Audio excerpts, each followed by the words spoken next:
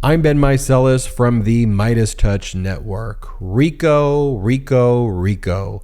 Read all about it. We've been talking about this now for months here at the MeidasTouch Network, that Fulton County District Attorney was focused on RICO, or racketeering charges, in her criminal investigation of Donald Trump and other close Donald Trump aides for their election interference in connection with the 2020 election, and specifically as it relates to crimes committed in Georgia and in Fulton County. And we are learning the scope of this RICO and racketeering portion of Fani Willis's criminal investigation in more detail now as she looks to make her charging decision. And just for reference, she's previously said in a letter to the Fulton County Sheriff's Department that they should be prepared for high-profile indictments at the end of July, early August. So I think we can say with a high degree of confidence that is when Donald Trump and some of his close aides will be indicted by a grand jury. Here's a recent article that was just published by the Washington Post. It's called "Georgia Probe of Trump Broadens to Activities in Other States." Why would a Georgia state prosecution broaden to impact other states? Why would Fani Willis be focused on that? Well, it is because of RICO, or the racketeering statute in Georgia.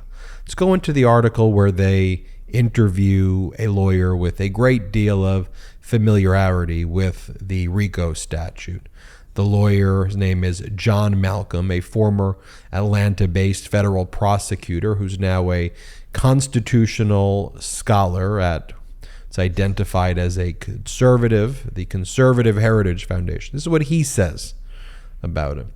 Georgia's RICO statute is basically two specified criminal acts that have to be part of a pattern of behavior done with the same intent or to achieve a common result, or that have distinguishing characteristics. That's it. It is very, very broad.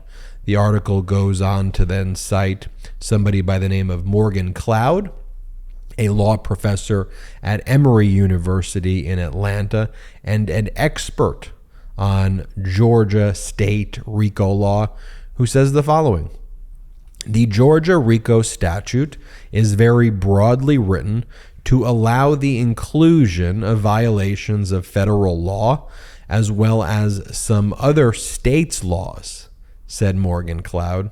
That's why there's this focus on the crimes that were being committed in other states as part of showing a common plan and scheme by Donald Trump, with essentially orders going down the chain of command, even showing violations of law in other states could then be imputed to Donald Trump's overall criminal conspiracy in Georgia as part of the overall criminal acts taking place in Georgia.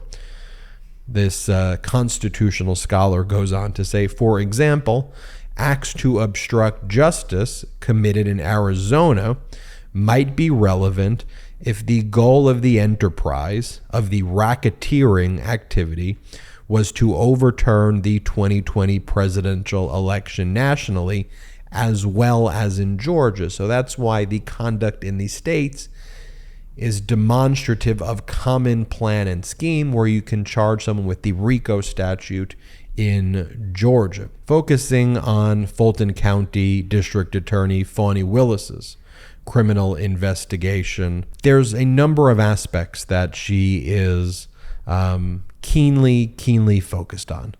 Number one, Donald Trump's call to Brad Raffensperger, the Secretary of State, where he threatened Brad Raffensperger, find me 11,780 votes or else. That call, to most legal observers, a criminal act right there, a threat, extortive conduct. I think that can serve as an independent basis for a criminal charge. Number two, the fake elector scheme, whereby individuals who were allied with Donald Trump, affixed their signatures.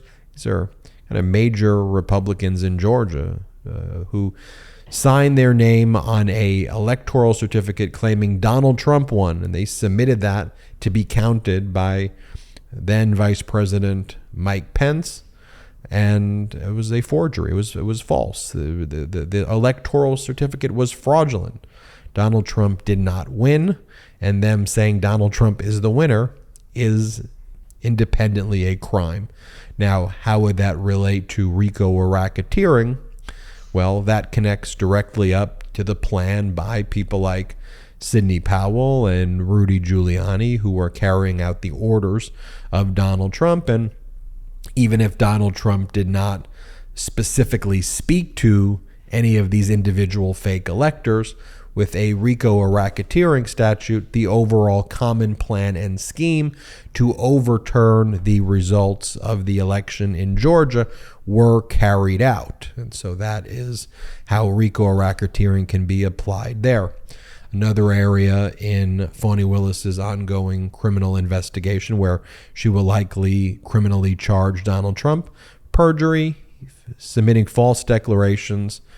You may recall that as part of the January 6th committee's subpoena that they issued to one of Donald Trump's lawyers, John Eastman, and Eastman tried to block the subpoena.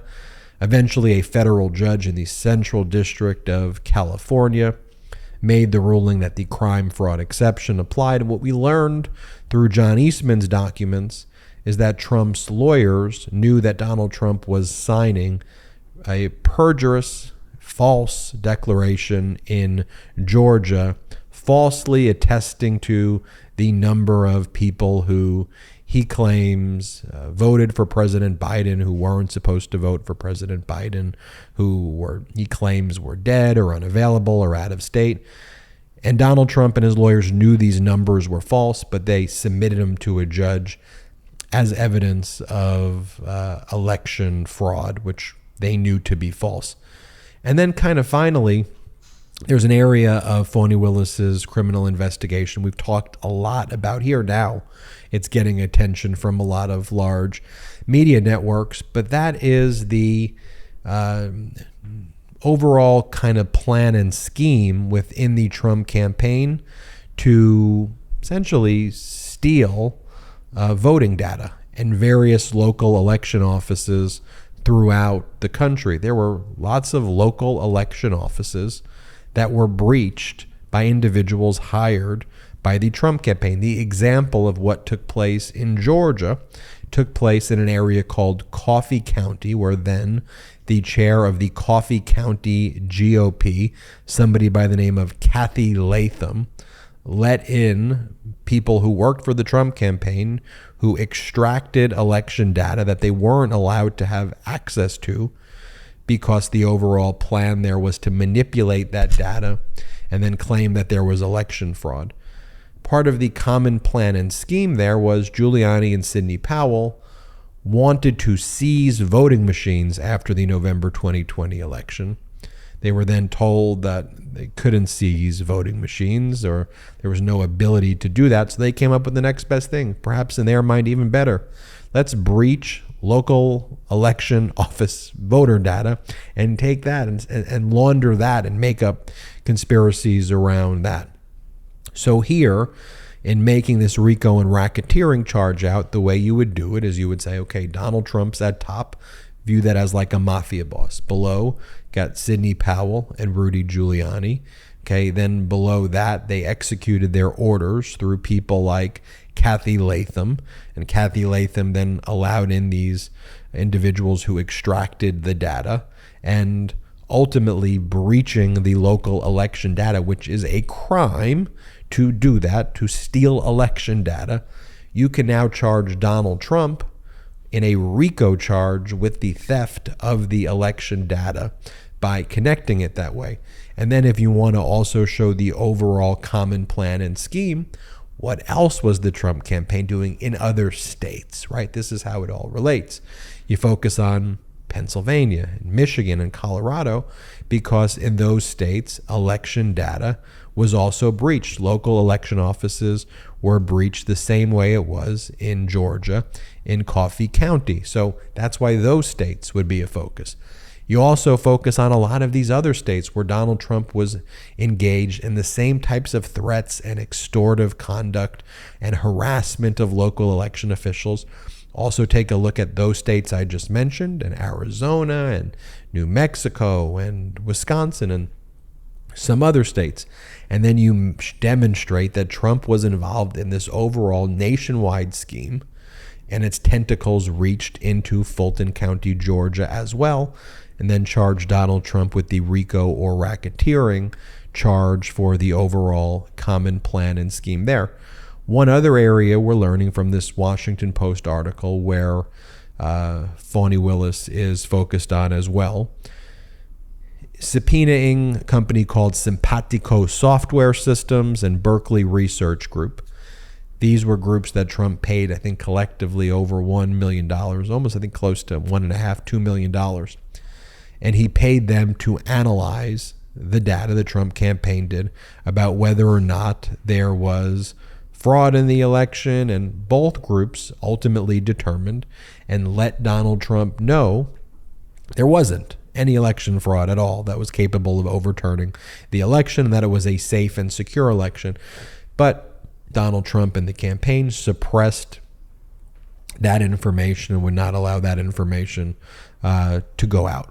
And so those entities, Simpatico Software and Berkeley Research, are a major part of Fani Willis's investigation. But as I said from the outset of this video, RICO, RICO, RICO. So pay attention to that. I think Fani Willis's indictment is going to have some of the most serious crimes listed in it.